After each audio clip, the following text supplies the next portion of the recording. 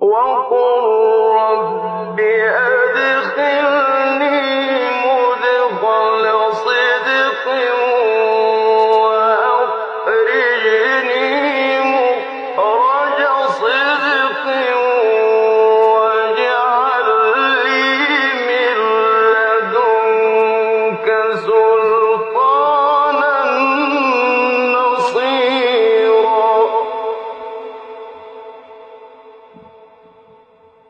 Chers frères et sœurs, nous avions parlé le dernier vendredi de certaines causes qu'il faut satisfaire afin d'obtenir et de parvenir à la vie paisible, à la vie agréable, ce que le Coran appelle le hayat at-tayyiba.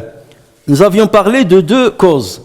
La première, c'est le fait de se contenter de ce qu'Allah Azza wa Jal t'a prescrit, quand bien même ce qu'il t'a prescrit est minime par rapport à ce que tu espères avoir ou par rapport à ce que les autres ont.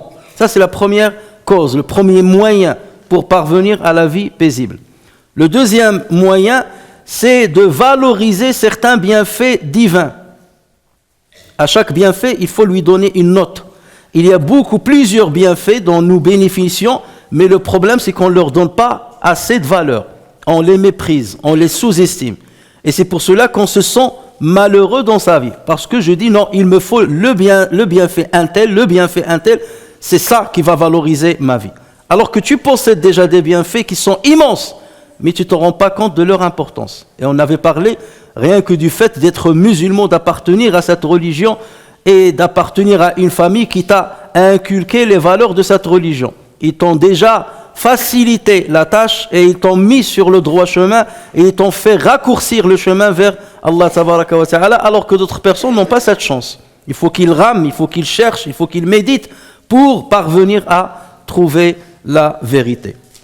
Le troisième moyen, c'est le fait de s'intéresser à sa journée et ne pas penser au lendemain.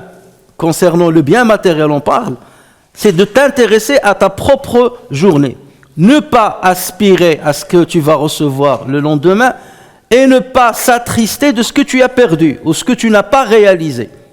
Parce que quelqu'un qui vit toujours dans le passé et dans le futur, mais il ne vit pas son quotidien. Il regarde ce qu'il a raté. Ah, j'aurais dû faire ça, j'aurais dû faire ceci pour avoir cela, je n'aurais pas dû faire cela. Il vit toujours dans le passé. Ou bien il est dans le futur. Je dois faire ça pour être heureux, je dois parvenir à ce niveau pour être heureux, je dois réaliser ça pour être heureux. Mais on lui dit, mais pendant ce temps-là, ton quotidien, qu'est-ce que tu en penses? Il n'en pense rien. Il est basculé entre le passé et le futur, mais il ne voit pas son quotidien.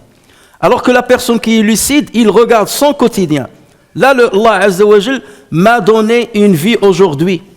Il m'a donné une nouvelle journée. Cette journée-là, c'est comme une marche qui va me permettre de me rapprocher encore plus d'Allah tabaraka wa ta'ala. C'est ainsi que je dois la considérer. Un bienfait. Allah Azza wa Jal m'a accordé 24 heures, peut-être je vais les terminer, peut-être pas, mais en tout cas, je suis dans ces 24 heures. Je me suis réveillé, j'ai commencé ma journée.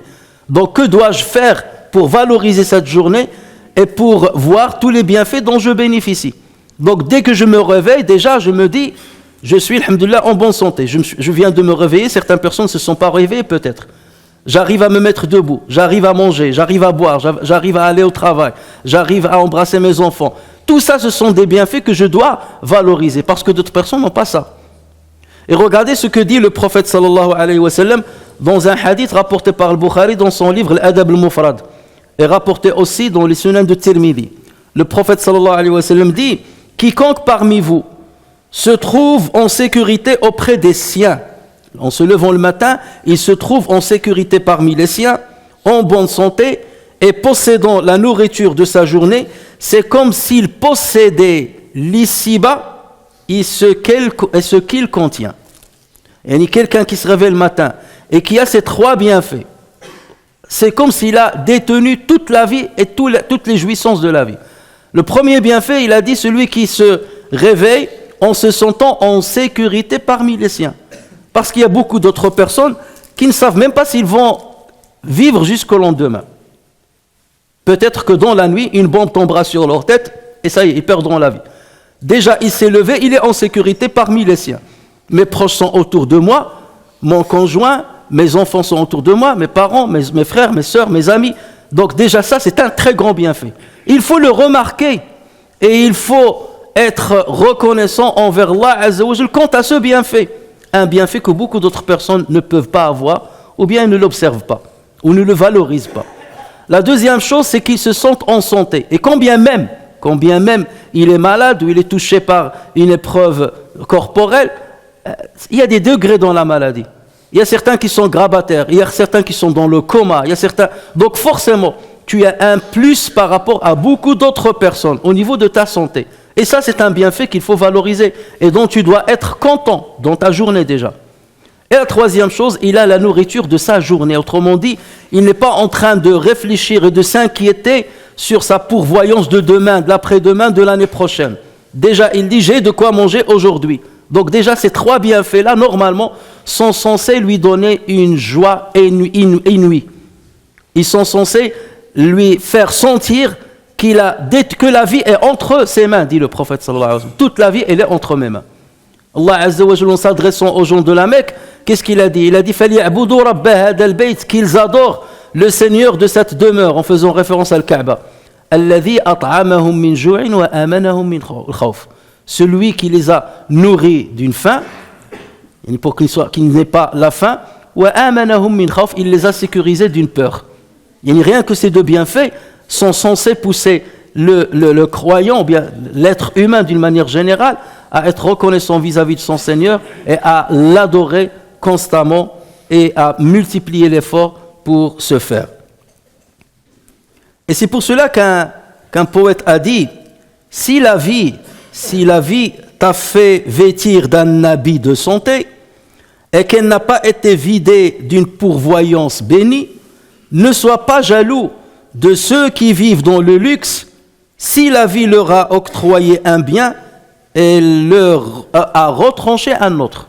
Si la vie leur donne un bien, il leur retranche un autre. Donc ne jette pas l'œil sur le luxe dans lequel les autres vivent, en aspirant à être dans leur cas, en aspirant à être pareil qu'eux. Parce qu'ils peuvent détenir un bien et être dépossédés d'un autre. Comme on l'a dit la dernière fois, peut avoir l'argent mais il n'a pas la santé. Il peut avoir le luxe mais il n'a pas l'épouse bénie ou le conjoint béni, ou il n'a pas les enfants bénis, et ainsi de suite. Il peut posséder une chose mais il peut être démuni d'une autre. Et Allah tabaraka wa ta'ala s'adresse aux croyants et en particulier au prophète sallallahu alayhi wa sallam, mais à travers lui il s'adresse à tous les croyants en disant ce qui signifie « Et ne tends point les yeux vers ce dont nous avons donné jouissance temporaire à certains gens, à certains groupes d'entre eux. Ne tends pas le regard, ne regarde pas loin. Regarde déjà ce que tu as entre tes mains. Ne tends pas le regard vers ce dont nous avons donné jouissance temporaire à certains groupes d'entre eux, comme fleurs de la vie présente. Comme fleurs de la vie présente. Autrement dit, toutes les jouissances mondaines, Allah Azza wa Jalla les a comparées à une rose ou à une fleur. Et nous savons très bien qu'une fleur ou une rose, elle est agréable à voir. Elles sont bonnes, forcément. Mais le problème, dès que tu la coupes, elle se fane rapidement. Elle ne dure pas dans le temps. Et vous trouvez, les gens qui font le jardinage, ils donnent beaucoup de temps et du mal à préparer le rosier, les roses et ainsi de suite, mais ils vont pousser quelques semaines et après ça va périr. Ils ne vont pas rester toute l'année. C'est ainsi les jouissances de la vie présente. Et Allah Azza, c'est ainsi qu'il donne cette parabole-là, pour dire au prophète sallallahu alayhi wa sallam et à travers lui aux musulmans, aspire à ce qui va durer dans le temps, aspire à ce qui va être éternel, et non pas à ce qui est éphémère. Et c'est pour ce qui est éternel que tu dois travailler, et ton regard, tu dois le tendre vers ce qui est éternel, vers la jouissance qu'Allah Azza wa Jalla apprête aux croyants dans l'au-delà. Le prophète sallallahu alayhi wa sallam dit à ce propos, regardez ceux qui sont en dessous de vous, pas ceux qui sont au-dessus. C'est ainsi que vous ne mépriserez pas le bienfait divin sur vous. Lorsque tu veux te comparer, ne te compare pas à ceux qui sont plus riches que toi, à ceux qui ont plus de pouvoir que toi, à ceux qui ont plus de jouissance que toi. Regarde ceux qui sont en dessous de toi, ceux qui n'ont pas de santé alors que toi tu en as, ceux qui n'ont pas de parents alors que toi tu en as, ceux qui n'ont pas de conjoint alors que toi tu en as, ceux qui n'ont pas d'enfants alors que toi tu en as, ceux qui n'ont pas d'amis alors que toi tu en as, ceux qui n'ont pas de santé alors que toi tu en as. Donc compare toujours toi à ceux qui sont en dessous de toi. Et il y a des millions, des milliards de personnes qui sont dans ce cas de figure. Et lorsque tu tends le regard vers ceux qui sont en bas, c'est là où tu vas valoriser ton état. Et tu vas être content de ton état. De dire, alhamdoulilah, je suis bien comme je suis, par rapport à énormément de personnes. Et donc je valorise mon quotidien. Aujourd'hui, je suis bien et je suis content de ce que je suis et de ce que je possède. Même s'il paraît minime par rapport à ceux qui sont riches, mais c'est beaucoup par rapport à ceux qui sont démunis. Et c'est comme ça qu'il faut accomplir la comparaison. Et c'est comme ça qu'il faut regarder. Plutôt que de regarder que les riches, ceux qui sont au-dessus. Regarde ceux qui sont en dessous et tu verras que tu es au-dessus de la mêlée et que tu jouis d'un grand bienfait divin.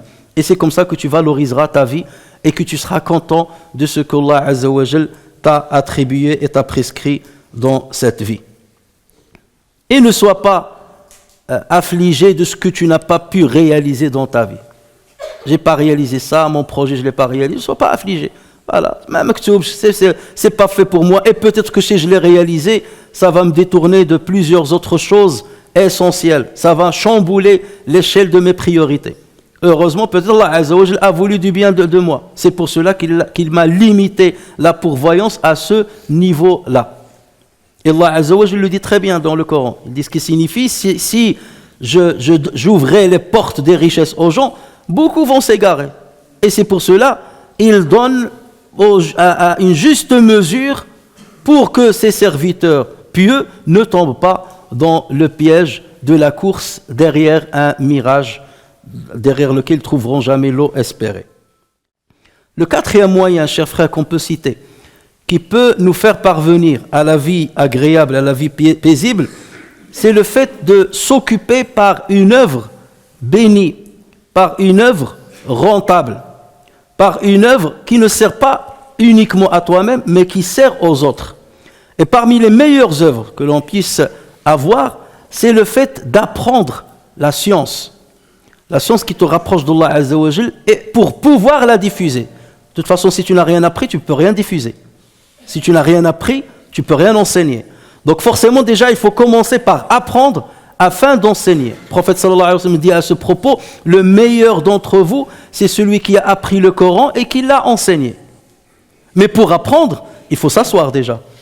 Il faut s'asseoir, il faut aller dans les assises, il faut aller chercher les professeurs, il faut poser des questions. Il faut prendre une partie de ta vie et la consacrer à la quête du savoir. Et en fait, c'est comme si tu as donné la zakat de ta vie. Allah Azza wa Jal nous ordonne de donner la zakat des biens matériels. L'argent par exemple, en l'occurrence. Tu as de l'argent que Allah t'a donné, il est arrivé à un certain degré, tu dois donner une partie aux autres, aux nécessiteux. Il en est de même pour le savoir. Allah Azza wa Jal t'a donné le savoir, t'a facilité le chemin pour l'acquisition de savoir, et il faut faire la zakat de ce savoir qu'il t'a donné. Ça veut dire quoi? Il faut le distribuer aux autres. Lorsque tu le distribues aux autres, Allah Azza wa Jal te récompense. Exactement comme il récompense celui qui a fait la zakat de son argent. Parce que tu as servi aux autres, parce que tu as guidé les autres, parce que tu as facilité le cheminement aux autres de par la science que tu as acquise, donc Allah Azza wa Jal va te faciliter beaucoup d'autres choses et va être à ton service. Ça, c'est la première chose. Et forcément, c'est lui qui donne la vie agréable ou la retranche. La deuxième chose, c'est que celui qui accomplit ce genre d'œuvre, il ressent un plaisir que personne ne peut ressentir. Le plaisir de découvrir, le plaisir de savoir, de découvrir ce qu'il y a dans ce monde, ce que Dieu a créé, quel que soit le savoir d'ailleurs. Le fait de découvrir, ça c'est un enrichissement qui donne à l'être humain un plaisir immense que les autres ne trouvent pas dans l'argent, dans les jouissances mondaines. Parce que le plaisir, chers frères et sœurs, c'est quelque chose de subjectif. C'est quoi le plaisir? C'est une sensation, ton cerveau ressent quelque chose, un apaisement, il ressent quelque chose de bien. Vous allez trouver quelqu'un qui te dit « je bois un verre de vin » et il te dit « il est super, vous ne savez pas ce que vous ratez en buvant un verre de vin ». Tu lui dis « je bois un verre de thé à la menthe, je ressens le même plaisir ». Parce que c'est des réactions chimiques, neuronales, et qui donnent le même résultat de plaisir. Sauf que là, tu l'as fait dans l'interdit, et là, tu le fais dans le permis. Là, tu l'as fait, tu as désobéi à Dieu, et tu as saccagé ta santé. Là, tu l'as fait, tu as pris un peu de théine, c'est bien pour ton corps, et en même temps, tu étais agréable vis-à-vis de ton Seigneur. Mais le plaisir, il est le même. Il y a des gens qui cherchent le plaisir dans le voyage, des gens qui cherchent le plaisir auprès des femmes, ou les femmes auprès des hommes, des gens qui cherchent le plaisir dans la nourriture, des gens qui cherchent le plaisir dans je ne sais quoi. Il y a plusieurs moyens qui procurent le plaisir à des gens. Mais le savoir, demandons à ceux qui apprennent, ceux qui prennent une partie de leur vie, qui la perdent, on pense qu'ils la perdent, mais en tout cas qu'ils investissent dans l'acquisition du savoir, et dites-leur qu'est-ce que vous ressentez lorsque vous prenez un livre, vous apprenez dans le livre, vous étudiez, vous cherchez la solution à des problématiques, vous cherchez des réponses à vos questionnements, qu'est-ce que vous ressentez? Et ils vous diront ce qu'ils ressentent. Un plaisir que tu ne trouveras nulle part, une sensation, une tranquillité, une quiétude, une fierté de soi-même, que les autres ne trouvent pas. Donc, si c'est le plaisir que vous cherchez, il est là, il est juste à côté. Ibn al-Jawzi, rahimahullah, dans son livre Saïd al-Khatir, il y a une traduction de ce livre-là sous le titre La pensée vigile, et que je conseille à mes frères et sœurs. Dans ce livre-là, il dit, parmi ce qu'il dit, je ne connais pas quelqu'un qui a vécu avec une estime immense et qui est parvenu à satisfaire les plus grands plaisirs et à ressentir les plus grands plaisirs, si ce n'est les savants qui sont sincères et les adorateurs qui sont sincères. Voici les deux catégories de gens. Il dit, je ne connais pas quelqu'un en dehors de ces deux catégories qui ressentent le maximum de plaisir, le summum du plaisir.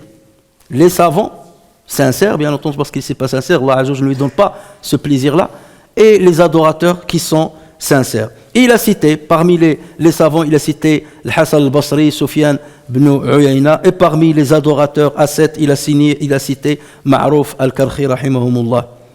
Ibn al-Qayyim al-Jawziyya, rahimahullah, a dit, les amoureux du savoir ressentent un plaisir et une satisfaction que ne ressent aucunement un amoureux envers son amoureuse. Les amoureux du savoir ressentent un plaisir et une satisfaction que ne ressent aucunement un amoureux envers son amoureuse. Et plusieurs parmi eux, rien ne les détourne des images de ce monde par rapport à l'image du savoir. Et il dit, et si on pouvait dessiner le savoir, il est donné un dessin au savoir. Comment dessiner le savoir? Ça serait le plus beau dessin du monde. Il est incomparable avec la Joconde ou avec je ne sais quel tableau. Et si on pouvait dessiner le tableau du savoir d'une manière subjective, il aura une image qui est inégalable parmi les images des êtres humains ou de la nature ou de ceux derrière quoi les êtres humains courent. Na'im ibn Hammad rahimahullah rapporte en disant, Ibn Mubarak rahimahullah se retranchait souvent chez lui et il restait longtemps chez lui. Et on lui a posé la question, tu te sens pas en solitude en restant tout seul comme ça, cloîtré chez toi? Tu ne te sens pas en solitude? Et il leur a répondu, comment voulez-vous que je sois en solitude alors quand je suis en présence du prophète sallallahu alayhi wa sallam et de ses compagnons? Qu'est-ce qu'il voulait dire par là? Je suis en train d'étudier la biographie du prophète, la biographie des compagnons. Donc je me sens avec eux. Quelque part, je m'engage dans un voyage, et ni dans le temps. Un voyage dans le temps. Je reviens dans le meilleur des époques, celle du prophète sallallahu alayhi wa sallam et des compagnons. Et je ressens un plaisir de voir les paroles du prophète, ce qu'a vécu le prophète, ce qu'a dit le prophète, ce qu'a dit Abu Bakr, ce qu'a dit Omar. Je ressens un plaisir extraordinaire. Comment voulez-vous que je sois solitaire? Ou pendant que les autres ils courent avec ses copains, ou ils sont en train de regarder un film, de regarder un match, et à la fin, voilà, j'ai perdu, ou mon club de foot a perdu, eh ben c'est le désespoir et je sors triste de 2 heures ou 3 heures que j'ai passées. L'autre, il a passé 1 heure ou 2 heures et il est dans une vie agréable. C'est ça la vie agréable, c'est ce que tu fabriques pour toi-même. Chacun de nous doit échafauder sa propre vie agréable à travers ce genre d'engagement. Et parmi les engagements qu'il faut faire, c'est aussi être au service des autres, rendre service aux autres. Quelqu'un qui rend service aux autres, il ressent un plaisir dans sa vie que les autres ne ressentent pas. Il dit, j'ai aidé un tel à résoudre son problème. J'étais conciliateur entre un tel et un tel. Il y avait un nœud et j'ai réussi à le défaire. J'ai réalisé à un tel son rêve. Cette personne-là était démunie, j'étais à côté d'elle. Cette personne était malade toute seule. Je lui ai rendu visite et je lui ai augmenté, je lui ai élevé son espoir. Et avec ça, il va ressentir un plaisir. Qui lui a donné ce plaisir? C'est Allah Azza wa Jal. Pourquoi? Parce que le prophète sallallahu alayhi wa sallam nous dit, dans le hadith rapporté par le Bukhari et Muslim, le musulman est le frère du musulman. Il n'est pas injuste avec lui et il ne l'abandonne pas. Et celui qui s'occupe des besoins de son frère, Allah s'occupe de son besoin. Celui qui s'occupe des besoins de son frère, Allah s'occupe de son besoin. Et si Allah Azza s'occupe de ton besoin, est-ce que tu serais dans le besoin? Pas du tout. Et quelqu'un qui n'est pas dans le besoin, il se sent riche. Et quelqu'un qui se sent la vraie richesse, et quelqu'un qui se sent riche, il est content de sa vie. Celui qui rend service à son proche, Allah Azza wa Jal lui rend service. Et ensuite le prophète sallallahu alayhi wa sallam a dit, celui qui soulage un musulman d'un souci, Allah le soulage d'un souci parmi les nombreux soucis du jour de la résurrection. Et avant ça, bien entendu, il le soulage des soucis d'ici-bas déjà. Tu as résolu un souci de ton frère, Allah résout tes soucis. C'est pour ça que vous trouvez des gens qui sont engagés dans le travail du bénévolat. Vous vous dites, mais ce temps-là, s'il l'avait investi dans le commerce ou dans autre chose, il aurait plaisir, il aurait les moyens de devenir riche, il aurait ceci, il aurait cela. Mais lui, il te dit, non, c'est pas une perte de temps ce que je suis en train de faire. C'est une valorisation de ma vie. Et ma vie a un sens avec ce que je suis en train de faire. Et je ressens un plaisir à faire revenir un sourire dans la bouche de quelqu'un qui est pauvre, dans la bouche de quelqu'un qui est démuni, dans la bouche de quelqu'un qui était dans le besoin. Je ressens un plaisir. Toi, tu ne le ressens pas avec l'argent que tu as amassé ou avec le pouvoir que tu as détenu. Donc voilà un autre moyen qui nous permet de parvenir à la vie agréable. Chers frères et sœurs, le dernier moyen qu'on peut citer, eh bien, vous imaginez bien qu'il y a d'autres moyens, mais on se contente de 5 pour ne pas les oublier, c'est le fait de multiplier l'évocation d'Allah Azza wa Jal, de l'évoquer d'une manière abondante. L'évoquer peu, ça ne sert à rien. Enfin, ça ne sert à rien, ça ramène bien sûr des hasanats. Mais si on veut parvenir à la quiétude et à la tranquillité de l'esprit, là, il faut l'évoquer énormément de fois. L'évoquer avec des formules que nous connaissons, subhanallah, alhamdulillah, Allahu Akbar, l'évoquer dans des prières surérogatoires, l'évoquer en lisant le Coran. Le prophète sallallahu alayhi wa sallam dans le Coran dit, Ala bi dhikrillahi tatma'innu al-qulub. Certes, avec l'évocation d'Allah, les cœurs se tranquillisent. Avec l'évocation d'Allah, le cœur se tranquillise. Et lorsqu'Allah Azza wa Jal vante les mérites des croyants, il dit parmi les caractéristiques qu'ils ont, ceux qui mentionnent abondamment Allah et celles qui le mentionnent abondamment. Mais il parle d'abondance. Et dans un autre verset, Allah Azza wa Jal dit, évoquez Allah, dhikran kathira, de manière abondante. Et glorifier le matin et après-midi. Donc il faut multiplier cette évocation.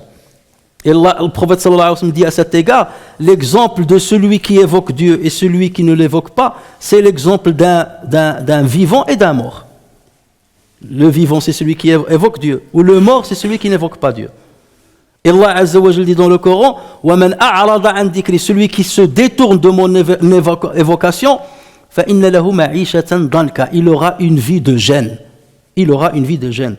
Et je viens de dire que beaucoup de fois on trouve des conflits conjugaux qui arrivent à un degré où chacun méprise l'autre. Il le méprise. La femme qui méprise son mari, ou le mari qui méprise sa femme, il ne veut plus entendre d'elle, ni la voir, ni la sentir, rien du tout. Et après ils viennent, quelle est la solution? Il m'a dit, elle ne m'a pas dit, il aurait dû faire. Mais après on leur dit, combien de fois vous évoquez Allah Azza wa Jal?